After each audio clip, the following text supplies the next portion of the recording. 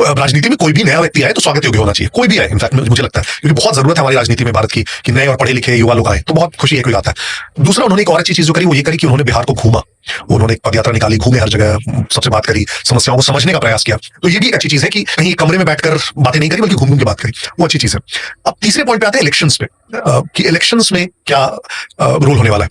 दो चीजें, एक तो उन्होंने अपने जो पूरा उनका जो मॉडल है उसको दिखाने की कोशिश की सत्याग्रह की तरह, तो वो पदयात्रा कह रहे हैं उसको, जो अपना पूरा सेटअप है उसको आश्रम, सत्याग्रह आश्रम बना दिया है, राइट। तो दिखाने की कोशिश कर रहे हैं कि गांधी जी के पद पर हम चल रहे हैं। लेकिन एक मेजर डिफरेंस है, वो क्या है, ये प्रशांत किशोर की आप पूरी टीम को अगर देखेंगे और पूरा सेटअप देखेंगे तो वो बहुत कमर्शियलाइज्ड है। उसका मतलब क्या है कि अगर आप पूरा जो साथ चलती है पूरी मशीनरी, उसको अगर आप देखेंगे तो पूरा एक टेंट का वो साथ में चलता है, खाना बनाने वाला साथ में चलता है, पूरे बर्तन साथ में चलते हैं, पूरा सेटअप साथ में चलता है, एक उनकी खुद की जो वैन है बड़ी वाली वो साथ में चलती है, वहां पे लगाया, सेटअप किया।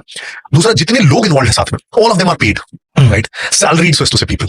जो ट्वीट कर रहा है वो भी पेड है, जो साथ में घूम रहा है वो भी पेड है, जो 100 बाइकें निकल रही है वो भी पेड है, हर कोई पेड है। पैसे से किसी को इंसेंटिवाइज करने लगते हो अपनी पार्टी में तो फिर वो सही रीजन से नहीं रहेगा आपके साथ, वो इसलिए क्योंकि उसको पैसा मिल रहा है, और तो पैसा कोई ज्यादा देगा तो वो कहीं और भी जा सकता है। तो पहला प्रॉब्लम वहां पे। दूसरा, अभी कुछ दिनों पहले बाई इलेक्शन हुए थे बिहार में 4 सीटों पे, विधानसभा की सीटों पे।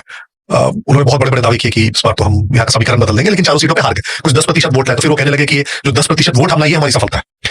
आगे भी मुझे लगता है उसी अपनी पार्टी को कहीं भी स्टैब्लिश करने के लिए, लोगों में विश्वास जताने के लिए कि आप किस चीज के लिए स्टैंड करते हो, बहुत इंपॉर्टेंट है कि आप रुको, वहां पे काम करो और ऑर्गेनिकली ग्रो होने दो आप अपनी पार्टी को। उन्होंने, मुझे लगता है कि वो कमर्शियलाइज करके वो तुरंत बड़ा करने के लिए उसका जो लर्निंग का होता है उसको बहुत छोटा कर दिया और उसको पैसे से रिप्लेस करने की कोशिश की, जो सक्सेसफुल नहीं हो सकता मुझे लगता है शॉर्ट टर्म। इलेक्शंस में भी जो मेरी रीडिंग है वो ये है कि बहुत सारी सीटों पे चुनाव लड़ेंगे, वो तो कह रहे हैं कि सारी सीटों पे लड़ेंगे, कहीं कहीं वोट भी आएगी।